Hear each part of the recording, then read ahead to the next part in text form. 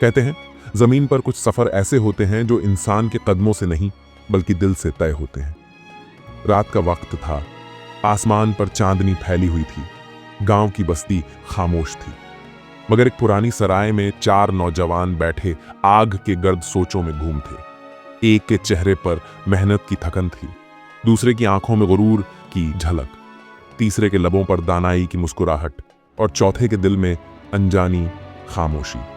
ये वो लम्हा था जब उनकी जिंदगी का रुख बदलने वाला था, क्योंकि एक पुरस्कार मुसाफिर उन्हें एक ऐसे शहर का रास्ता दिखाने वाला था जिसे लोग हकीकत नगर कहते थे। ये किस्सा भी बहुत पुराने जमाने का है, जब शहरों के बीच वीरान रेगिस्तान और गहरे जंगल फैले होते थे। उन्हीं दिनों एक गांव में 4 दोस्त रहते थे। ये चारों बचपन से साथ पले बढ़े थे।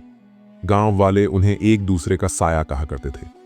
पहला दोस्त नासिर था, मेहनती किसान मगर दिल में जस्तजू की आग।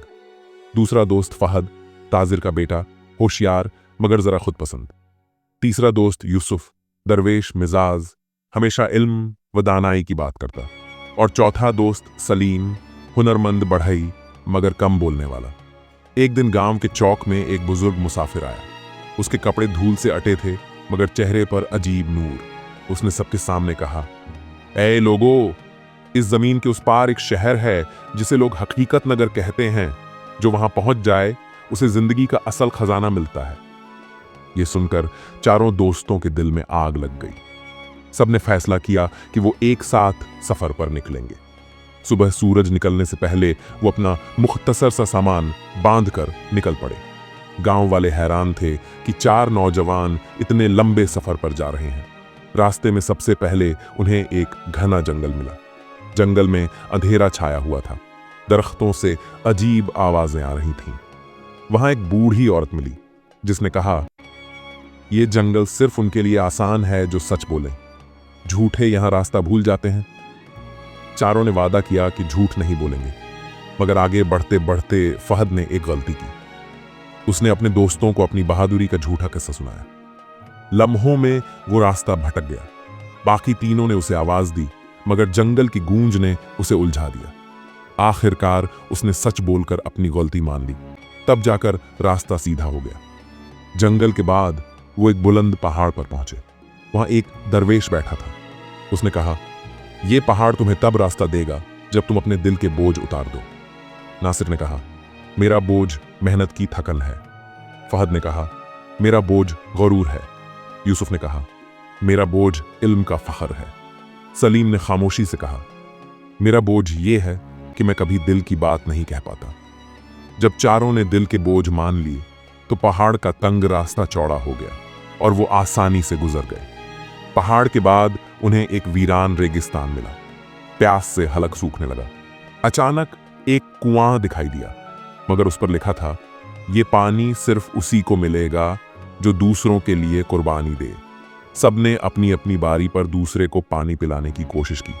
नासिर ने कहा, फहद पहले पिएगा। फहद ने कहा, यूसुफ पिएगा। यूसुफ ने कहा, सलीम पिएगा। और सलीम ने कहा, नहीं, सब एक साथ। ज्यों ही सबने एक ही वक्त में पानी पीने का अहद किया, कुआं लबालब भर गया और सबने अपनी प्यास बुझाई। आखिरकार कई दिनों के सफर के बाद वो एक दरवाजे तक पहुंचे। वहां कोई दीवार नहीं थी, मगर कदम आगे न बढ़ता था। दरवाजे पर लिखा था, यहां वही दाखिल हो सकता है जो एक दूसरे को भाई समझे, न दुश्मन न मुकाबिल। चारों दोस्तों ने एक दूसरे का हाथ थाम लिया। जैसे ही दिल साफ हुआ, दरवाजा खुद ब खुद खुल गया। शहर में दाखिल होकर उन्होंने देखा कि कोई महल, कोई खजाना, कोई सोने चांदी के ढेर नहीं, बल्कि वहां सुकून, भाईचारा और मोहब्बत थी। लोग एक दूसरे के दुख दर्द बांटते थे। कोई भूखा न था, कोई तन्हा न था। चारों दोस्तों ने समझा कि असल खजाना न सोना है, न चांदी, न शोहरत, बल्कि मोहब्बत, सच्चाई और भाईचारा है। वो वापस गांव लौटे और लोगों को बताया कि हकीकत नगर कहीं दूर नहीं, बल्कि हमारे दिलों में है। अगर हम सच बोलें, गुरूर छोड़ दें, कुर्बानी करें और एक दूसरे को भाई समझें, तो हमारा हर गांव हकीकत नगर बन सकता है। इंसान दुनिया भर की दौलत हासिल कर ले, लेकिन अगर दिल में मोहब्बत और सच्चाई न हो, तो वो खाली रहता है। असल सफर हमेशा बाहर का नहीं बल्कि अपने दिल के अंदर का है। अगर आपको ये किस्सा अच्छा लगा हो तो लाइक करें और अपने दोस्तों के साथ शेयर करें। शुक्रिया।